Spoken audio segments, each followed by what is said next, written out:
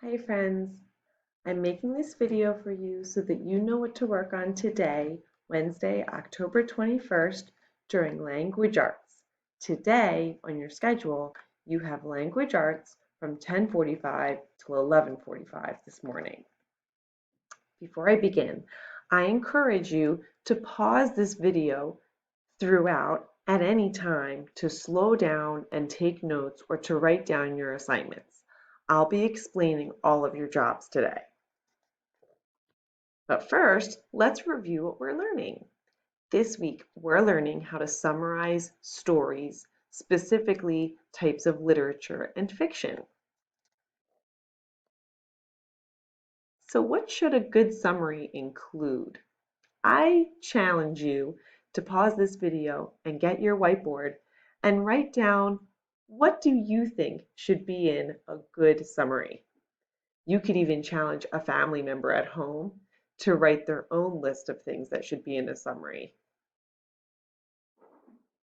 Okay, are you ready to find out how you did? Does your list include the main characters of a story? Yeah, we need to know who is in our story. Did your list include the setting or where the story took place at? These should sound familiar, right? Our story elements.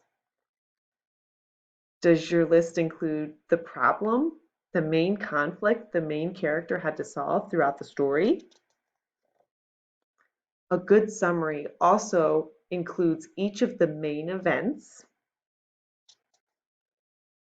and you need to tell me how the story ended. So all of those things put together make for a good summary of a story. You might be asking yourself, wait, Mrs. Michalski, how do I know if something is a main event and not just a detail that the author included? Think about that for a minute. What could you look for to identify a main event? Well, you can ask yourself a couple of questions. Is that event important to the plot, to the conflict? And does it affect how the story ends? Does it happen to our main character? Those are all things you can think about in order to determine whether something is a detail or if something is a main event. Okay, now that we've reviewed how to summarize literature, here's what you're going to do to get to work today. You can find all of your assignments written on the bulletin board on the small group reading assignment folder in Schoology. But I'm also going to go over each of your assignments in this video. Job number 1.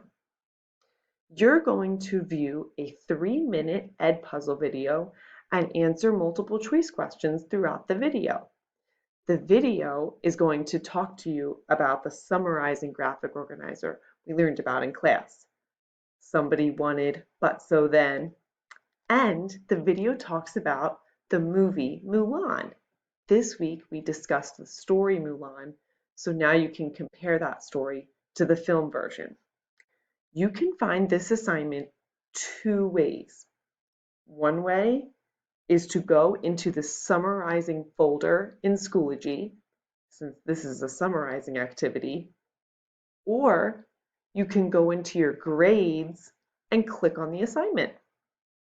So that's task 1. Task 2 is an Iready independent assignment. This is not in your workbook. You'll be reading another adventure story, answering some discussion questions, and then taking a short comprehension quiz at the end. You can locate this assignment in one place. You need to use the Clever button, and you need to look for the Iready app. When you click on that, you'll see your assignment.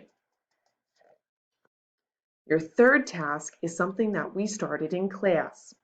You're going to continue to peer edit your partner's fall narrative story. All of the directions are inside the small group reading assignment folder, and you have your partner's story in your Google Drive. Okay. What should you do this afternoon? Because those tasks you can work on this morning. Well, not to worry, friends. I have things for you to do.